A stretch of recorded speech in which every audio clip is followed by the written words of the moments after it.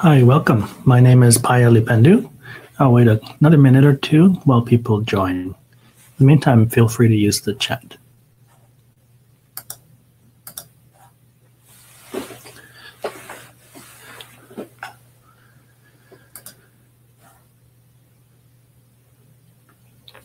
I'll ask a question so we have something to talk about. Where are you coming from? Are you teachers in the area? What school?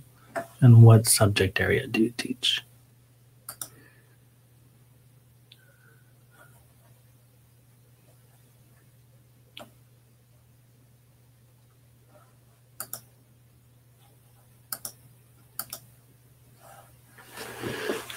Fifth grade. Valverde. Oh, nice. Fontana. AP Environmental Science. Oh, wow. Principal of Lake Elsinore. Oh, welcome.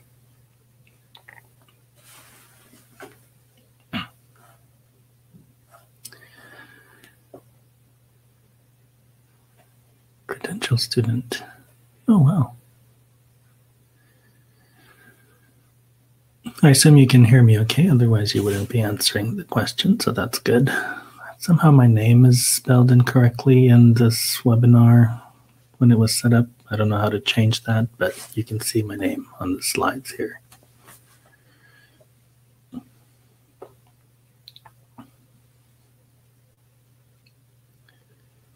Hi, Summer. Thank you. I dropped in on a few of the other webinars, and it looks like a lot of interesting teaching on different tools and skills. This is maybe going to be a little bit different. This is about some programs that we have available at UCR, and I'll go over those outreach programs that we're running and one that's going to be coming up in the near future. How do I pronounce my name? It's Paya, like papaya. It's Tahitian, and that's why I use that mnemonic.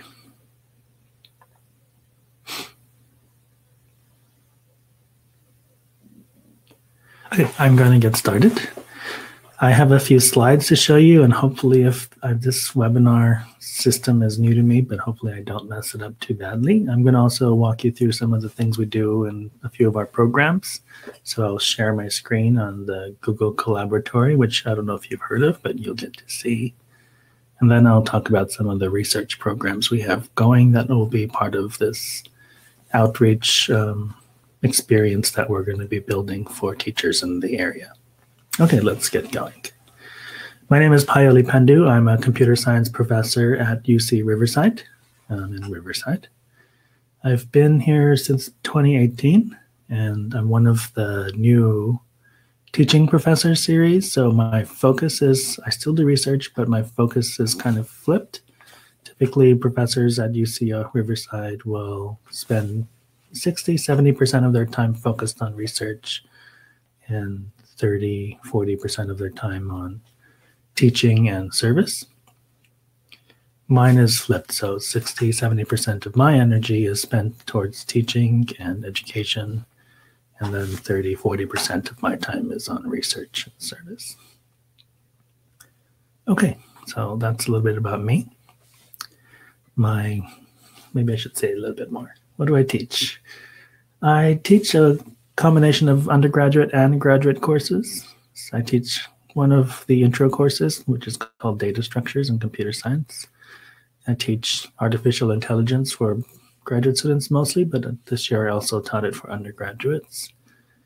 I teach this course in computer science, this fundamental course called Automata Theory.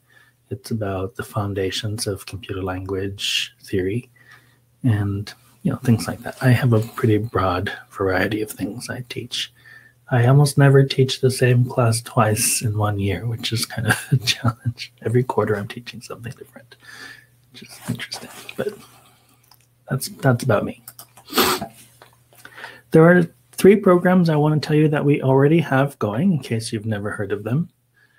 We have the summer coding camp. If you want to use a chat to ask questions, I teach 300 students every week, and so I'm pretty used to following the chat. Please feel free to ask me questions. I'm always glancing to the side here to to follow with what you're asking. The summer coding camp happens in about June, July. It's a week-long experience for students in the area. Probably about 30 students every year attend this coding camp. It was originally called the Coding Camp for Girls, but for, I think, legal reasons, we had to get rid of the for girls part because we're a public institution, and we had to make, and it was always open to everybody, but we just took out that part to make it clear it was open to everybody. In this camp, students learn to build apps, and they use tools like Scratch or Thunkable that help students, like within 1 week, produce apps that are functional. Here's an example of, I think they're using Scratch here to build a program. There's a link in the slides. I put a link to the slides up at the top of the chat. I'm hoping you can see that. I'm not sure what it looks like from your point of view, but there should be a link for you that says slides, and then some bit.ly link. Can you confirm that you see that? I think I pinned it above the chat. Okay, great. So if you want to follow along, those are the slides. They're not very long. It's just kind of an overview of the programs. The coding camp gets advertised around March, April, and it gets sent around to all the schools in the area, and students get to sign up. So pay attention to those. If you're not getting them, I'll give you a contact, and you'll see it in the slides, so who to contact to make sure you're receiving those. This year, obviously, we had to move it into a virtual environment, and we were able to do that successfully. These are the student assistants that help. Paris is actually one of the students that works in my research lab. She's pretty great. I have Devin in a few classes, and Luca is also the president of the ACM, the Association for Computing Machinery. It's a mouthful. The president of the student org, that's pretty much mainly for computer scientists, and he's pretty great, very charismatic guy. And finally, the contact person is Dr. Saloom. She delivers the courses along with Kelly Downey, who is really great. Kelly is one of our intro series instructors. She has been teaching here for over 6 years, I believe now. And I rely on her a lot to give me tips on how to manage my classroom and teach, especially to these intro series courses. She has a good mastery of how to deliver material at the right level. So Mariam Saloom is just like me. She's a teaching professor, and she is also the outreach chair, or has been the outreach chair. We work very closely together, and I'll talk about the research experience program that we're building together. This is part of this, the main part of this talk. So Mariam is really great. She's one of my favorite people to work with. Okay, moving on.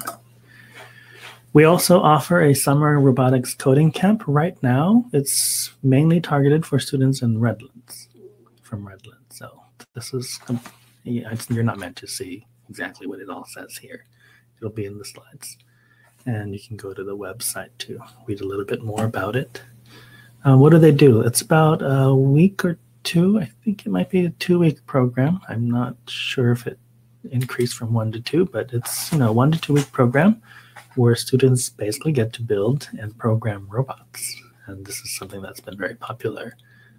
And we've been hearing a lot of other schools asking for more activities like this. I think robotics is becoming more popular. Correct me if I'm wrong. In the high school arena, it's one of those things that is kind of accessible to students at that level. And UCR has been listening and paying attention, and we're actually building a robotics program. So you can now, well, not now, but in a year or two, once this program is off the ground, we will have a degree program specifically in robotics. We started off designing it as a master's level degree, but we decided, we would probably start with an undergraduate level one first. So we switched gears and are building it and from that perspective first. And yeah, obviously there won't be just, tinkering with little robots. It'll be more about the theory and the engineering behind, these are very entry-level robots that you're seeing here for the robotics camp. It's kind of like robot in a box sort of thing. But obviously in a university program, you would learn how they function at the simplest levels, lowest levels, fundamental levels, and all the way up.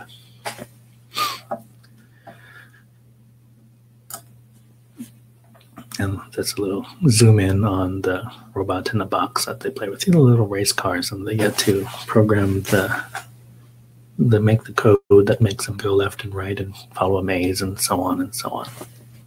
Students really love this program. I should probably pause for a little bit because we have a lot of time today. How many of you, this is a quick informal chat poll, how many of you have some kind of robotics at your schools? Just say I do or yes. You can raise your hand. This is really cool. Summer, you taught me something new. Yes, limited. Oh, nice. Bex and hummingbird kids. Oh, wow. Nice.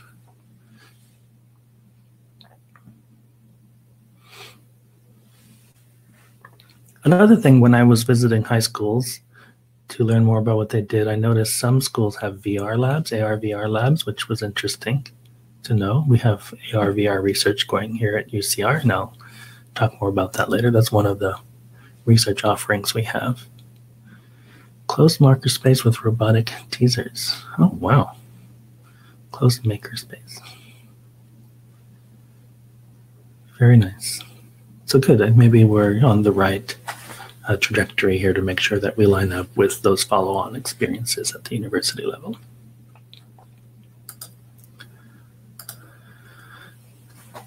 We are working with a grant from Verizon State for AR/VR. Oh, very nice. Yeah, the thing with AR/VR, the equipment is costly. Well, there are some that are a little less costly, but to do some of the more advanced research, I should have provided pictures of our robotics, one of our robotics labs. So let me try to describe it. There's this lab space in one of the halls at UCR. It's a big room, big empty room with, how do I explain this? Imagine a batting cage. So there's this big room where there's this mesh cage kind of in the middle of the room that surrounds and protects the middle of the room. And what they do in there is they build from scratch these drones and fly them around, and not just drones, but robots. And the cage is obviously there for safety to prevent them from going haywire and attacking students. And the students basically build and engineer the robots from scratch in this space and have them fly around, perform activities, and so on and so on. So it's I think that's one of our cool spaces. The robotics lab is led by Professor Roman Chanko, who's also a teaching professor. He's in electrical and computing engineering. So this, in the College of Engineering at UC Riverside, we have about 6 or 7 departments. One of them is computer science. Another one is electrical and computer engineering. The way to think about these, the link got cut off in the translation.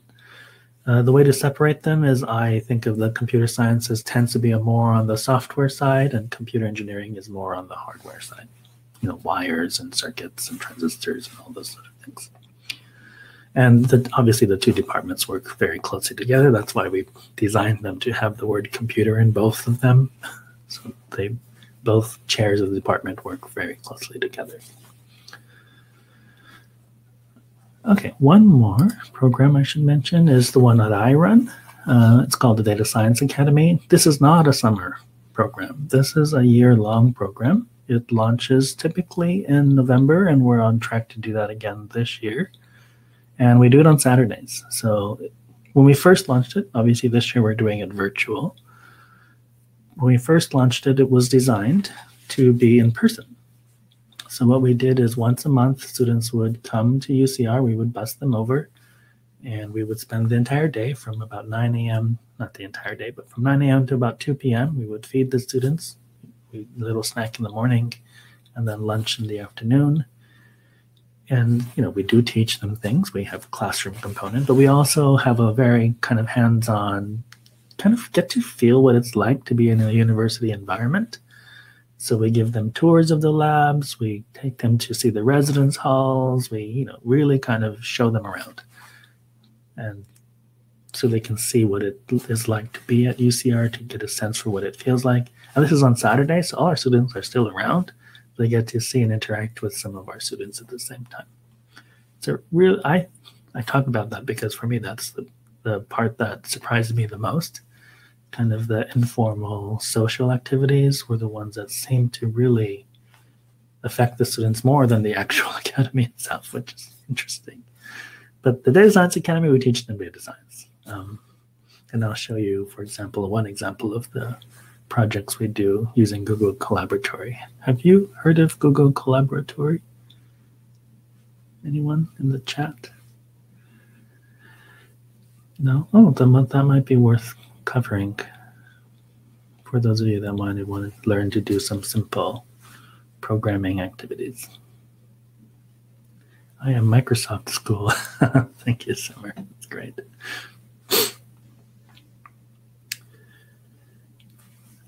This year, because we're going virtual, we're going to experiment a little bit with the Data Science Academy. In the past, it was kind of physically constrained because it was in person, right? So we have a computer science lab, we have computers in there, and students would work in that lab. We would give them activities to do and so on. And then we would break out and do our social activities to kind of break things up. And because the lab is physically limited, we only had about 30 students participate. So this year, since we're doing it all online, and we found new tools like Google Collaboratory that allows us to do it using just a browser, we're going to open it up to probably up to 300 students, which means more schools. In the past, we only did Ramona and Arlington. Why? For one, they were kind of schools that I think represented a good distribution of underrepresented and underprivileged students, which is kind of our target audience. And the second reason is it was easier to get the one bus to go on the route to pick them both up. So it was a combination of logistics and audience. Oh, good. So you've heard of them, you know about them. Good. But this year, since we have no physical constraints, we thought, hey, why not open it up? Is this only for high school? Oh, yes, juniors and seniors. I should go to the next slide where it describes some of that detail. Once in a while, we've had sophomores. And no computer science programming or anything like that experience is required. But it does require some understanding of math. I mean, we do talk about averages and sums and the basic statistics. And most students seem to be okay with that level of math. Like I mentioned, it was one Saturday a month, so we had about 6 sessions and the first time we ran this was the 2018-2019 flyer that we sent out. We usually will go out into the schools and kind of give a little, I don't know if this is inappropriate, the dog and pony show. We would stand up in the library or in the classroom and describe it and try to get students excited about it. So I would take my student assistants with me, and they're the exciting ones, so they do all the talking.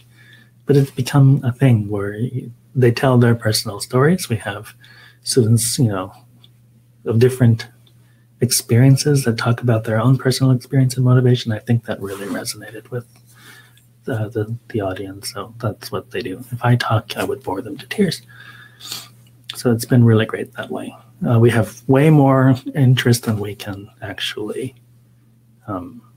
serve. So we have to find ways to filter, and we have a process where there's an interest form that they fill out, and then we have a selection process and all that. It's mostly kind of like a lottery system because we don't want to discriminate, obviously.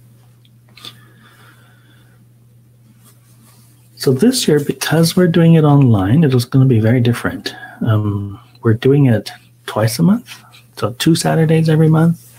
And obviously, we don't want to trap students online in front of a computer from 9 a.m. to 2 a.m. without any kind of social break. So instead, we're shortening it. So we're going to do about 2 hours every Saturday, and then we're going to double it to 2 Saturdays a month.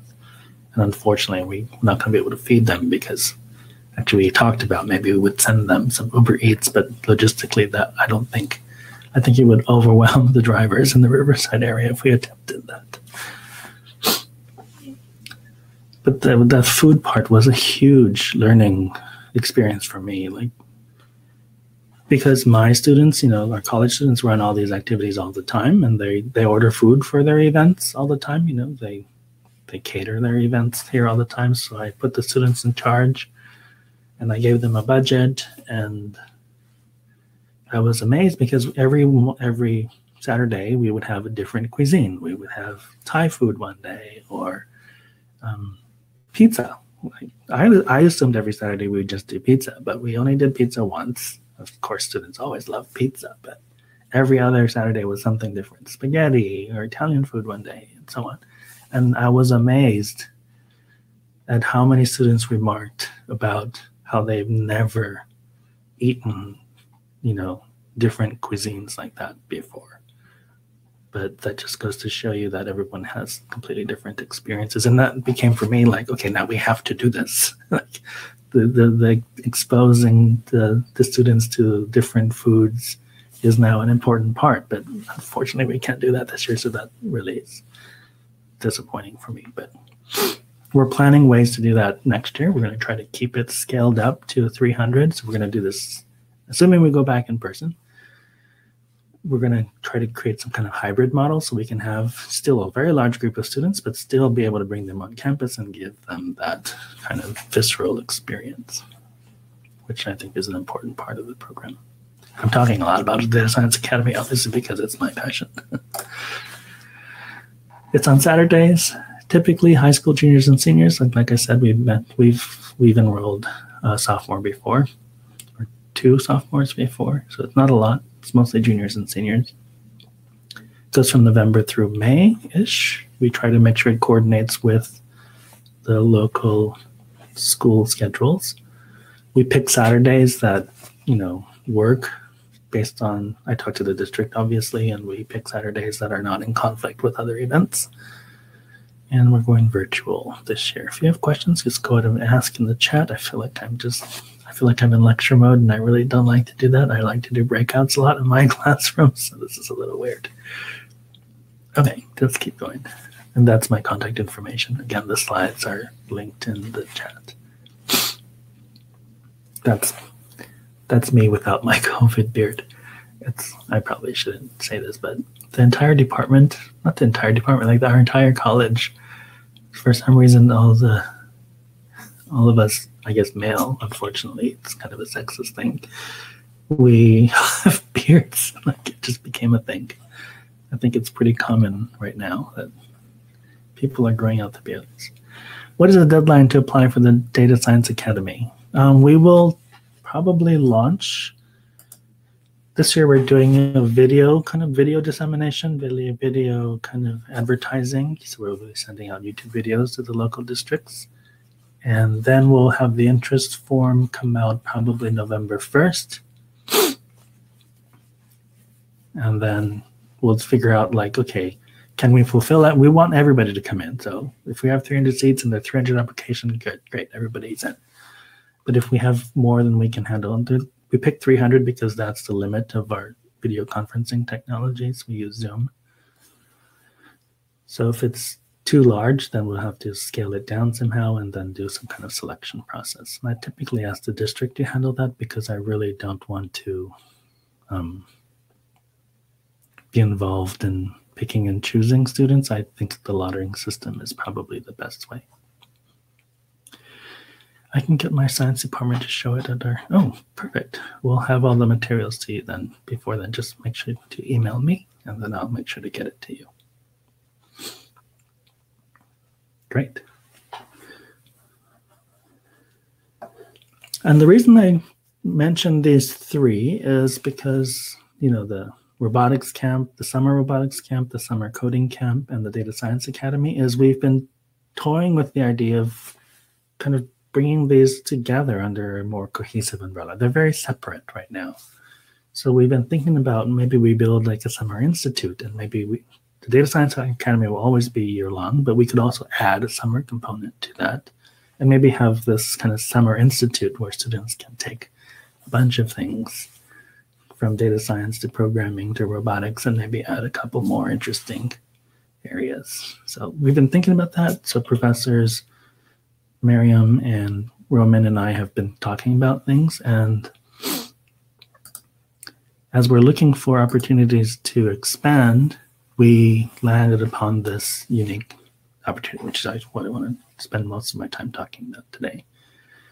There's this NSF RFP, a request for proposal, out to build research experiences for teachers. And this is something that we're all really passionate about. So we decided, let's do this. We have all these great programs for students, and we can still, we can do more than one thing at a time. We can still build a summer institute, but it's also important to make sure that our engagement reaches a very broad audience. And the way to do that, obviously, is to work with teachers.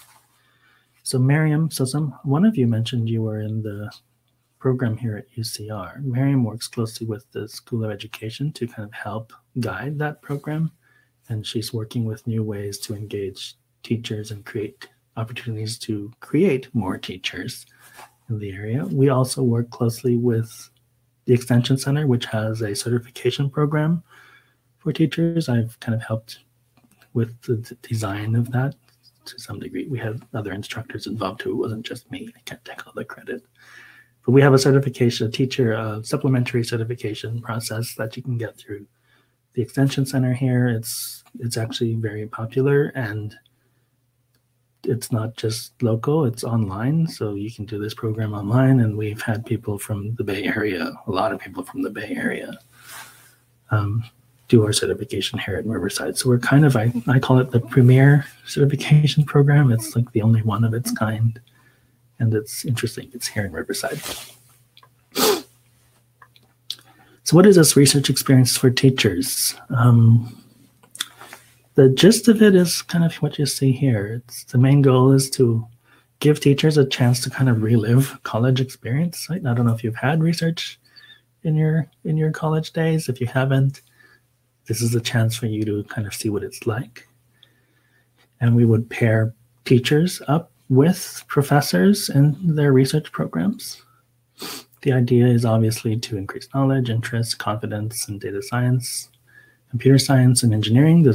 It's a very broad, and I'll show you some of the different research projects we have. It's a broad scope. It's not specifically focused on a very specific topic. It's all of data-oriented engineering at UC Riverside. And one of the main outcomes of this experience would be, while we're engaging you in research, there's four of us. There's Alan, who I didn't mention, who's brand new. He's involved also.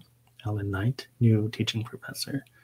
We would provide kind of the guidance that connects your research experience with your teaching. So the idea would be, as you experience research and learn new skills, learn new techniques, that we help you translate those experiences into actual teaching modules that you can take back to your curriculum. So yeah, that's the main outcome. So we expect every teachers to produce maybe 2 or 3 new teaching modules that come directly out of that research experience, take it back, and obviously we would take the whole cohort and everyone would be sharing. So together, there should be about 10 teachers every year going through this program. We would have 20 or 30 new teaching modules that can be shared and reused and brought back to the classroom. This would go on for about 3, maybe 6 years. And by the end of it, we would have hundreds of new modules that you can plug and play into your classrooms, which I think is great. This has been going on already, so there are some similar experience at other schools. And of course, we're learning from those experiences to build ours. It's a 6-week Summer Institute program, so there would be 6 weeks that's the part where you actually engage in the research with our research faculty here. And we would provide 2 weeks of kind of asynchronous, semi-synchronous training to kind of get you up to speed. There's lots of kind of things we have to show you, either by law or just because there's a lot to learn, to kind of get you geared up. So it would be kind of a semi, at your own pace. We would have kind of like maybe weekend touch-ins to make sure that everyone's getting trained up. Are there any questions about this? I have a few more slides, so I'll talk more about it, but I want to give you a chance to chime in.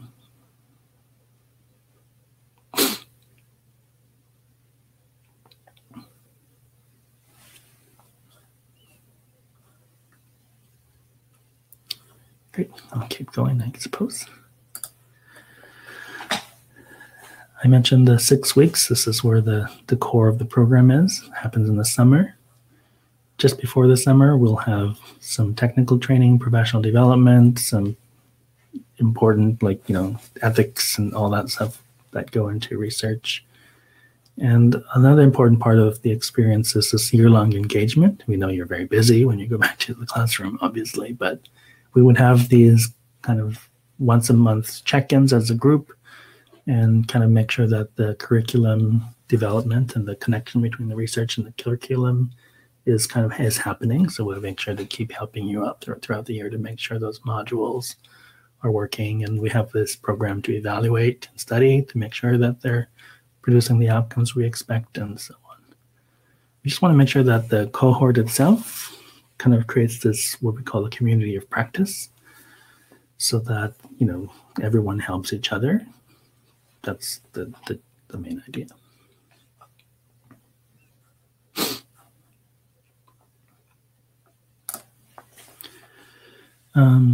So little bullet points about what it's about. We still have to get this part in place by working through the various districts and participants. That the plan is that by participating, you would get the continuing education credits. I'm not sure if I'm using the right term here. I know it's a specific term, but I think you get the gist. Continuing education credits, professional education credits for participating, but the program will also fund you for this. It's about $10,000 just to participate, but it comes with a commitment. You have to participate through the whole program. The community of practice, which we hope will be probably the most useful thing, because you'll be connected to, the idea would be to get 2 teachers from every school, if that's not possible, from each district, right? So, and this is not just K through 12, it's K through 14. So we're going to have about 4 participating faculty from community colleges as well. We want to make sure we have a very broad spectrum of participation. And yeah, we can all learn from each other and reuse each other's teaching modules. It'll be a big kind of sharing exercise. We will start announcing this once we have the funding secured, but we're anticipating this launching hopefully either next summer or the summer after that. I don't know if you know how UC Riverside works, but things can move very slowly, but hopefully we can light a fire into this one. It's important. We've already reached out to the district and principals and deans to kind of get some pre-interest to make sure that we had enough interest in the area, and there was kind of a very strong response like, oh yes, we definitely want something like this. So we thought, okay, let's make it happen. I prepared a few polls. Let me see. I'm going to do a quick poll here. I'm just curious, like, what would be the motivating thing here, like here in this case? Can you see this poll? The question is, what would be the biggest motivation for such a program? Oh, I forgot to add the money. Oops. We're thinking the money might be a big motivation, but we'll see. Can't believe I forgot that one bullet point.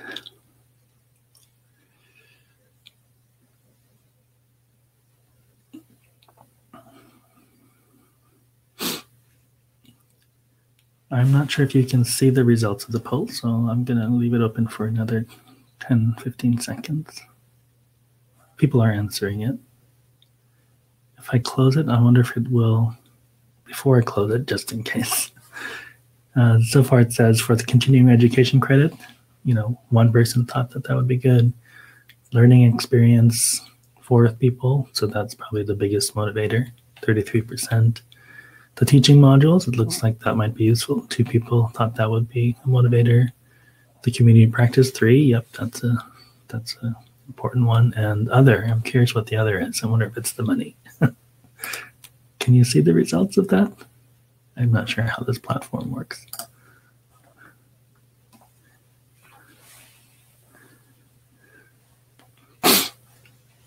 No, okay, sorry. I'm glad I read them out loud. It's not the money as much as time. What would be the time commitment? So the main commitment would be the 6 weeks in the summer. And it's all day long for 6 weeks. So yeah, we know that that's a big commitment.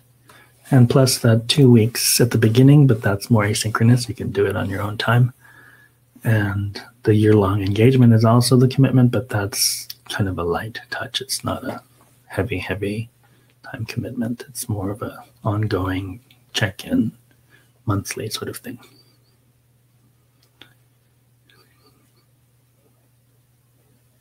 If we clicked poll, we could see the results. Oh, great. So you could see some results. Great. This is an interesting platform. I have another poll question. How many of you have actually participated in research before? This is the one we're not sure about. We have assumptions that we're making that some of you have.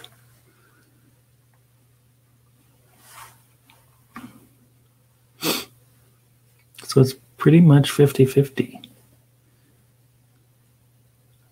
Close to 50-50.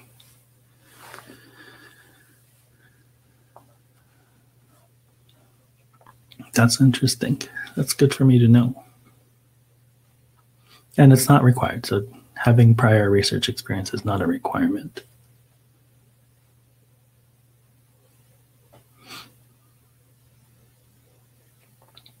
Great. So the answer was 4 yes, have previous research experience, and 5 no. So almost 50-50.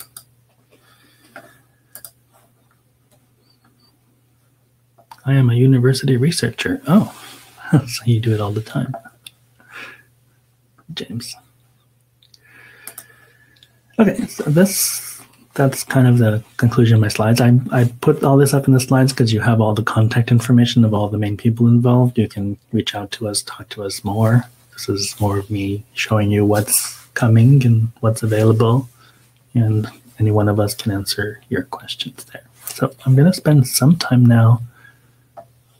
Have you done any entrepreneurship-related projects? I want to teach students interview skills for customer discovery. Oh, that's an interesting question. We do teach entrepreneurship here at UC Riverside, but I've never thought about offering that at the K-14 level. I actually teach a course called Professional Development and Mentoring, where we do teach interview skills. And our student clubs do a lot of that. We have peer mentoring programs and what they call mock interviews, where they practice these tech interviews that are for places like Google and Facebook and Amazon and things like that. Because their tech interviews are very specific. They're very challenging. Cool. Thank you, James. So I'm hoping this works. I'm going to try to share my screen now to give you a sense of some of the tools we use. Maybe you'll find this part interesting. Share screen. Here we go. Cross my fingers.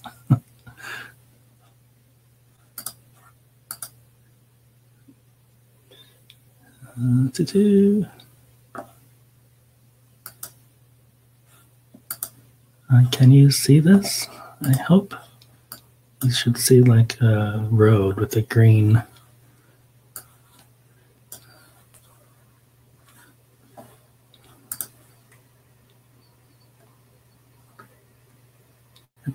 It looks like you can see this. Okay, great. So this is Google Collaboratory. It's one of the many different tools in the Google Suite. So you can just launch it directly from your Google apps. How do I explain that? Like if I go to Gmail, for example, or Google Drive, let me switch to here. Like there's a Collab Notebooks folder that's just part of Google Suite tools, right? So you can just create a new Google Collaboratory project. It's easy to create these. It's part of Google. What is it? You're probably wondering, like, okay, that's nice, but what the heck is it? I should first start off with, you might have heard of Jupyter. I don't know if you've heard of Jupyter. Jupyter is this nice platform for programming, typically in Python, but it's expandable to other languages. For students to code in a web browser, write programs in a web browser. But as you can see from these snapshots, you can do visualizations and all kinds of things. What's really nice, and it's hard to tell here, is as you're coding, like if you look at this, I don't know if can you see my mouse when I mouse over? This is not like what I'm used to in Slack. Or Zoom, it's very different. I can kind of see what people are saying. Okay, you can see my mouse. Good. So on this image on the left here, you can see while you're coding, you can document your code. So at the end of a project, students have a fully documented project. It's tiny. Yeah, I'll zoom in a minute. Okay, so here we go. This is a Google Collaboratory that I use in the Data Science Academy. This is usually towards the end, so they've already been trained up on the basics. So they know how to program a little bit. But as you can see, like you can add this annotations to your project, describe what it is we're doing. In this case, we're going to teach students how to build a machine learning classifier, which is, basically we want to tell the difference between different types of flowers, irises. It's a pretty common data set that's a very simple one to get started with. And here we have some really basic code. You see how you can play your code here. That's embedded in the program, the project itself. And in this case, all it does is it loads an image, a video, and this video is about driving. So we connect, like, why is it important to classify different flowers? Like, why is that interesting other than flowers are interesting? Well, the same technology can be used to teach or learn for a car to steer left or steer right. It's the same fundamental principle. Like, is it, this flower or that flower is the same as going left or right in a car. So we spend some time motivating and explaining why this is important. And here you can see the Python code. I don't want to bore you with code, and you're not here to look at code, but you can create the code. You can create code windows here, add code, add text. You can add HTML, web markup language to annotate your code. And then as you go, students can basically, so here's the data set. This is peeking at the data set. And they can transparently see the code, play with the code, and throughout the project, we teach them to, okay, modify the code so it does this instead. And so the goal in this project is, you have these very basic features that are measured for, in this case, I can't see the image here. That's not good.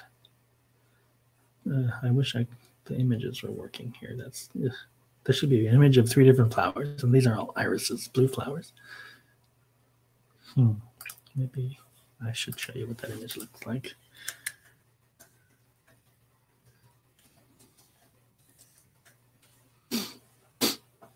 This is the image that's supposed to be there.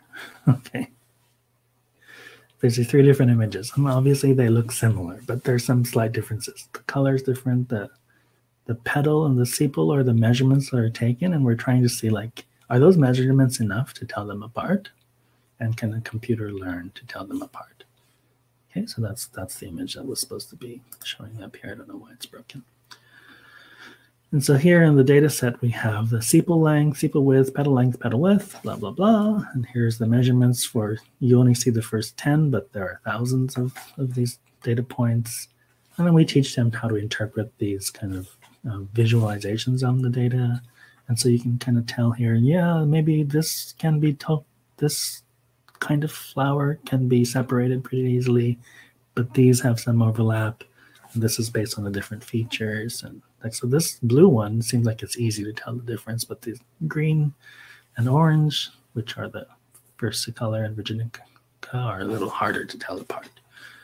And so the goal for the students is to do what we call feature engineering. Like, can we do combinations of these features to tell them apart a little better? And if you look at the way these overlap, and we teach them how to interpret these images, you can see that the combination of features might do the trick. And if you look at it, the way I explain it to them is, it's not just the length or the width that matters, it's the gird, right? The girth, like the fatness of the flower. They love it when I say the word fatness. I don't know why, but high school students. So how do you measure the girth, right? It's about the combination of length and width. It's the area.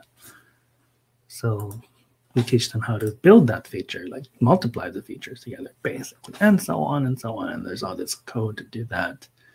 Are they expected to learn all this code? No, but once they're done with this, it's surprising. And this image here at the very bottom kind of confirms it's one of the accuracy measures, and this is like perfect accuracy for telling them apart, essentially. So yeah, I mean, this is college level stuff, but the high school students do really well with this. So we don't have them code it from scratch, obviously. We give them the basics and we teach them how to tweak it, and they really go to town on it, and it's really great.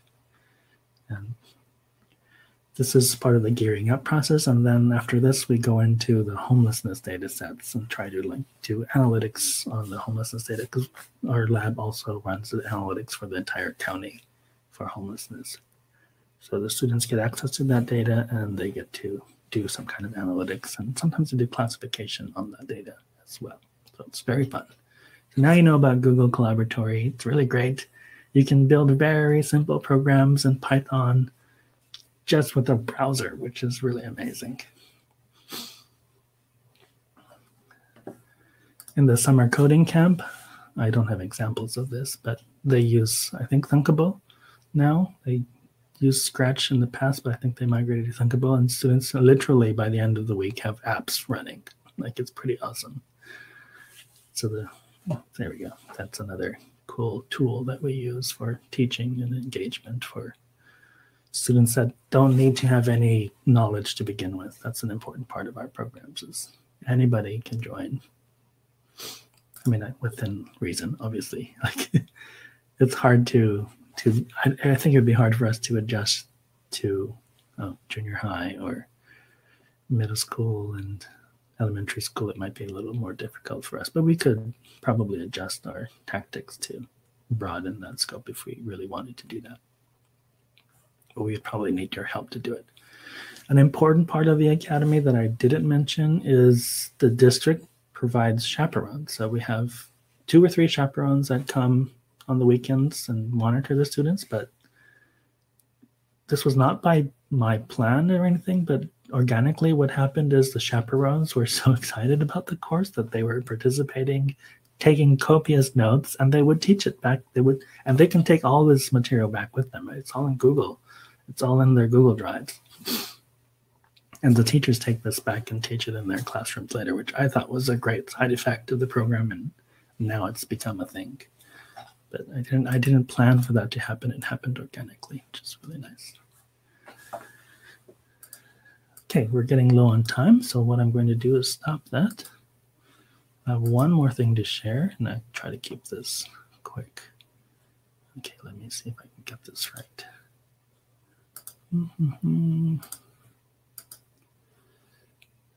Okay, here we go.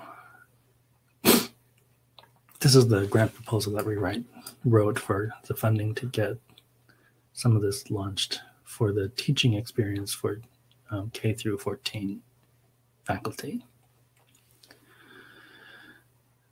I wanted to show you the research experience part specifically. So Miriam, myself, Roman, the three data science, robotics, and summer coding camp outreach folk. Dr. Alan Knight is new. He just joined us. He's going to be participating in this as well. We call ourselves program mentors. I will be also running a research, because I have a research lab in biomedical informatics. I'll be offering one of those as one of the options for teachers to participate in. But mainly we're program mentors. Our goal is to focus on the teaching and education aspects to make sure that the research experience are translatable into teaching modules. And we have Dr. Kinari Atit, who also is from the School of Education, who will be helping us as well to make sure that we're hitting our educational goals. Some of the projects. So these are the research projects. We have Professor Papalexakis, who's extremely popular with students. He does data mining. He's become known for detecting fake news in his research, so it's very popular. He doesn't just do fake news, all kinds of social media.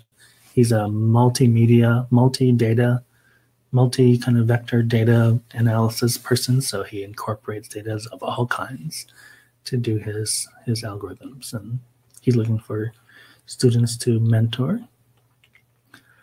We have Professor Jessie Chen. It's Jazzy, but she says, just call me Jessie. She is our AR/VR expert, but she also has this interesting new grant on doing contact tracing with application, web, mobile apps. She's a specialty. One of her specialties is in mobile computing, which, you have to be it's different, right? The technological resource in the phone is different than that of the cloud or that of your desktop computer.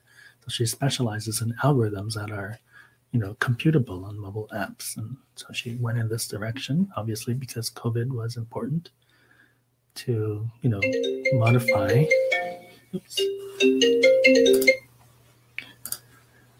The contact tracing algorithms to make them scale at that level. She's very interesting work. She also, again, I mentioned, does AR/VR and graphics.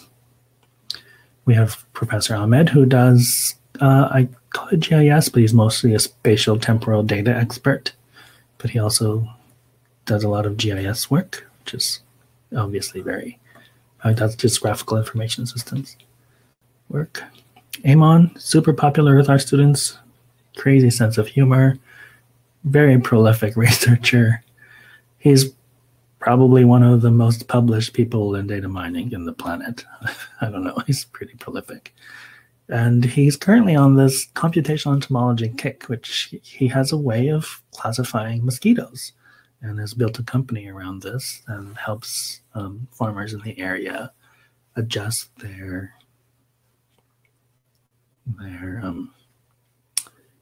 insecticide treatment plans. I don't know what the proper word for it, based on the kinds of infestations that are coming, because they can automatically detect these with a combination of algorithms and embedded systems, which are like little sensor devices that can detect the varying insects that are infesting their crops. Very fascinating. We have air quality experts, we have computer vision experts, and cloud computing. It goes on and on and on, but each year we'll select 5, and this will be a growing list once it becomes popular, but out of these we'll select 5 and match our 10 teachers to 5 of the projects by pairing them up. So that gives you a sense of what the program is about and what kind of the research opportunities there are. I mean, they're real research projects, right? The idea is that they're supposed to be authentic research projects, and you really dive into what it's all about. I think I covered everything I needed to cover, and we're right on time. That's great. That rarely happens.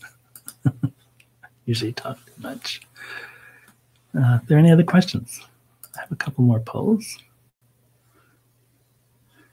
This is the one poll that I thought I should probably ask before we all leave. Would you be interested in such a program? We built this kind of on a whim, and we're hoping to launch it this year, depending on if UCR approves it. But definitely by next 2022. So we have some not sures. I'm kind of curious. Like, what does that mean? No, no. So these are maybe soft no's, like polite way to say no. If you want to give me some feedback, I would appreciate it in the chat, or you can email me also if it's you don't want to do so publicly. I understand.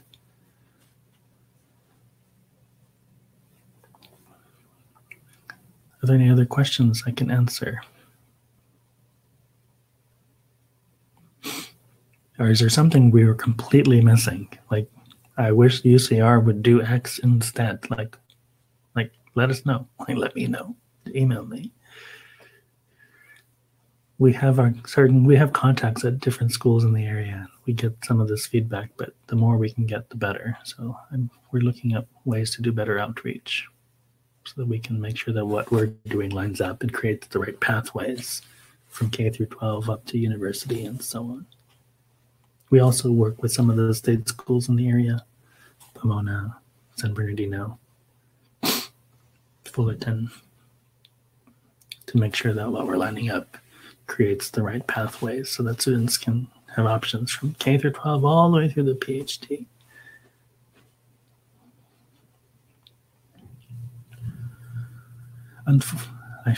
This is recorded, but unfortunately in the Data Science Academy, not one of the students who went through the academy has come to UCR yet.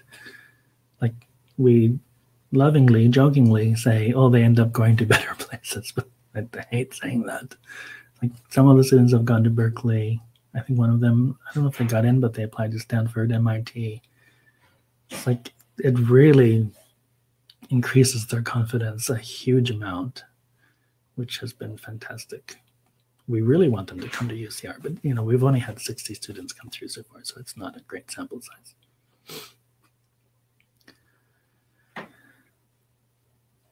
We're trying to get funding to increase the Data Science Academy's participation so that, for example, if you go through the academy and then come to UCR, you get a scholarship. That we're hoping helps a little bit.